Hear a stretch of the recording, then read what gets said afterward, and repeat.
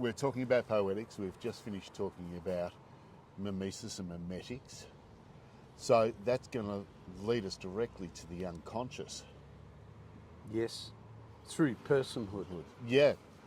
How do we relate this to poesis, to poetics and to risk? Oh, well, I guess it also relates to dreaming.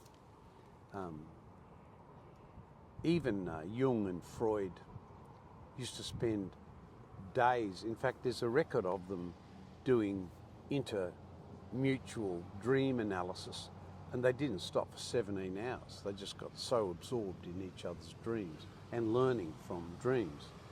Of course, they didn't score their dreams or measure their dreams, but they learnt about dreaming through talking about dreaming and sharing dreaming.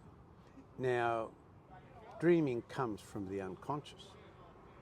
Dreaming does not come from consciousness. When you're wide awake, you don't dream. You dream when you're asleep, or you dream or you semi-dream, lucid dream, when you're semi-awake. But the human unconscious is the most powerful part of what it is to be human. And 95% of all of what we do is directed by the unconscious, not by the brain. And no one knows where the unconscious is. No one knows where consciousness is. The world's greatest neuroscientists dig into the head and think, oh, well, all unconsciousness must be in your head. Well, that's only because their metaphor for life is the brain is a computer. There are plenty of neuroscientists who don't believe that for a second. They actually think that consciousness is in the world. They actually understand the world as a conscious being.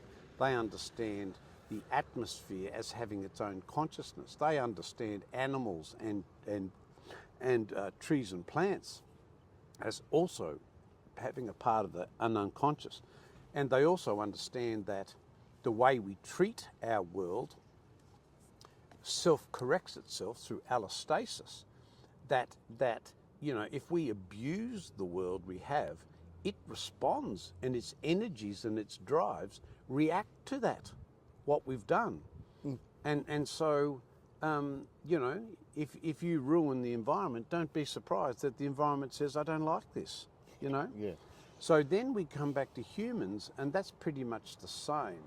Lots of things that happen to human beings, stress, abuse, depression, things that happen in the workplace that are not conscious but are unconscious, lead to what we call mental health problems or psychosocial problems, and those problems don't exist in the conscious space.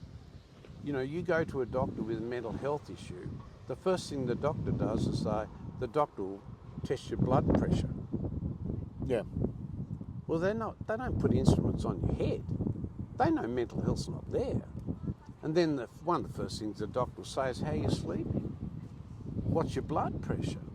The doctor knows it's embodied. Yep. Now, they might talk to you and have a conversation, and they'll eventually the doctor will get to, various causes of, your mental health condition. And that will take a long period of time, and there may be a whole range of different forms of analysis the doctor will do. But in the end, to help you overcome that mental health crisis, they will give you a chemical. We call it a tablet or a pill, and that is ingested in here. Again, the pill doesn't go through your ear to control your brain. It doesn't go into your mouth to control your brain. It goes into your mouth, into your gut, and from your gut it disseminates to your body to help you manage even the stressors or the distress in your body caused by the cause of that mental health issue. So depression is not something that just happens in the head. I know people who have had depression and developed pneumonia, developed bacteria stomach conditions. The brain doesn't explode. No. And then things like, I hurt my leg or I fell over or whatever, and things happen because I'm not seeing the world as normal, and then we might use the word accident prone, and your mind's not on the job. It should actually be, we should talk much more, no, your body's not on the job. Yeah. So, yes, I think we need to think much, much more about the human unconscious. Unfortunately, in the risk and safety world, there is no thinking about that. So No. you can go all to these safety differently, groupie meetings and whatever. No one's talking about the unconscious. No one's talking about Jung or Freud or anyone in the area of expertise in the unconscious.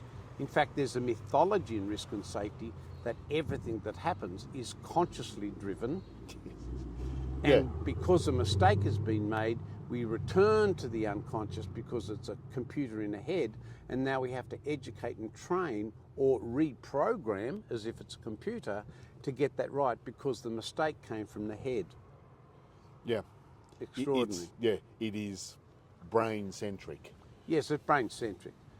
Yes, so I think one of the first things that we should do, and of course it's a critical part of poetics, is we need to move away from that metaphor and that model, and we need to have the courage to understand so much of what happens both at work and home and how we live is actually unconscious. Now, there's a lot of expertise around and research around about the unconscious. You just won't find it in safety. Right.